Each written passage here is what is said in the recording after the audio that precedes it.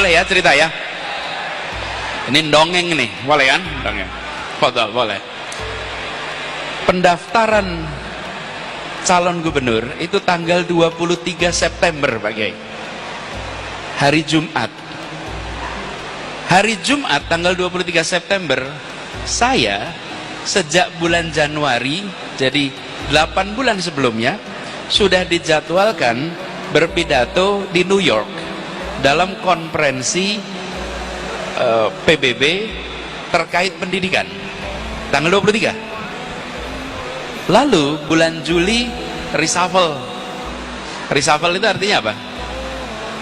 Ya, berhentiin. Membahasa kerennya aja reshuffle gitu. Berhentiin. Saya diberhentiin jadi menteri. Setelah diberhentikan, alhamdulillah akhirnya nganggur.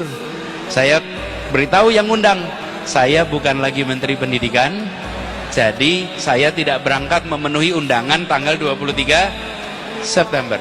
Ternyata dijawab bahwa undangannya tetap berlaku, bukan sebagai menteri tapi sebagai Anda pribadi. Alhamdulillah berangkat gitu kan. Saya ngurus semuanya, siap-siap berangkat Pak Yai.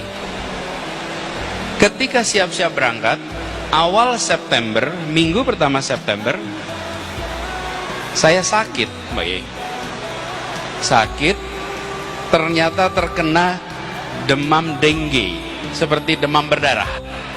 Dengue, dirawat di rumah sakit, diinfus segala macam.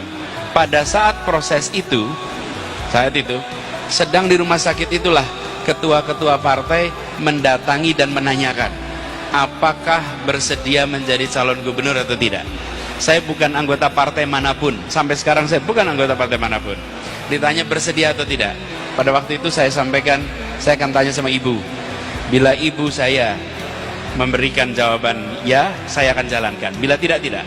Dan ibu waktu itu menjawab, Anies, kalau ini kepengenannya Anies, nggak usah aja.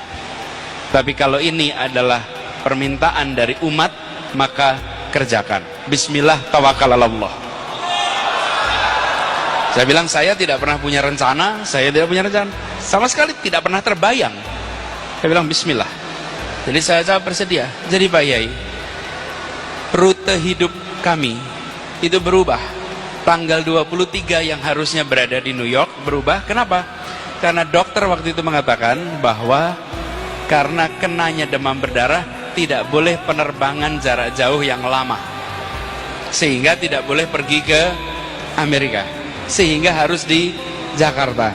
Karena itulah kemudian akhirnya saya terbawa di dalam urusan politik di Jakarta sehingga menjadi calon gubernur. Apa wis kalian? Gigitan nyamuk yang dikirim Allah mengubah jalur ini semua. Satu gigitan nyamuk membuat seluruh perjalanan hidup berubah. Bahwa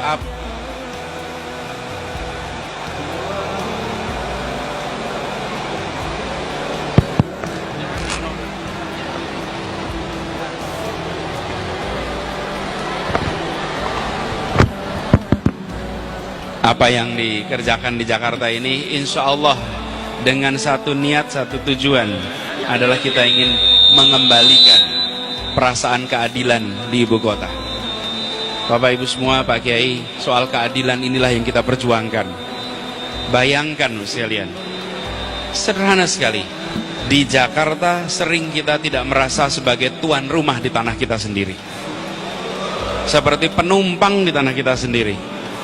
Mengadakan maulid di Monas tidak boleh, mau potong korban di sekolah tidak boleh, mengadakan kegiatan-kegiatan di tempat yang sudah biasanya takbiran malam lebaran,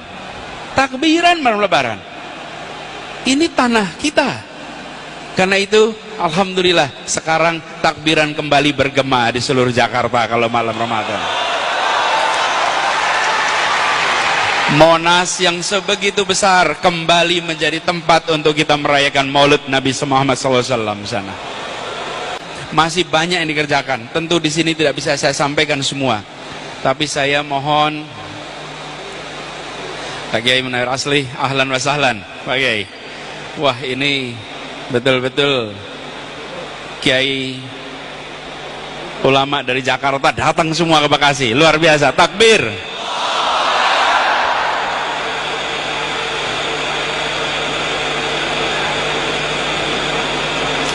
Kiai Munawir Asli sudah datang, Kiai Abdul Rosid Abdullah Safi sudah datang, Ustadz Haikal Hasan, biasanya ngeliatin YouTube ya, YouTube-nya, nah, emang selalu viral. Nah, Bapak Ibu sekalian, saya akan akhiri sambutan pada pagi hari ini dengan mengucapkan terima kasih. Terima kasih kepada keluarga besar Kiai Haji Nur Ali, khususnya pada Pak Kiai Amin Nur yang telah mengundang untuk bisa meneruskan silaturahmi ini.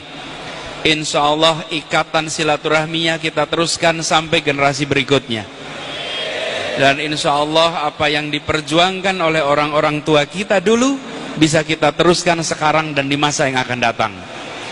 Mohon didoakan bisa istiqomah dalam menghadapi semua tantangan yang ada.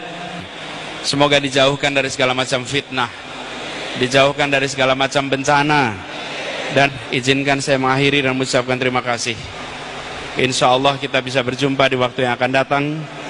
Mohon maaf apabila ada kata yang salah. Wallahu muwaffiq ila aqwamit thoriq. Assalamualaikum warahmatullahi wabarakatuh.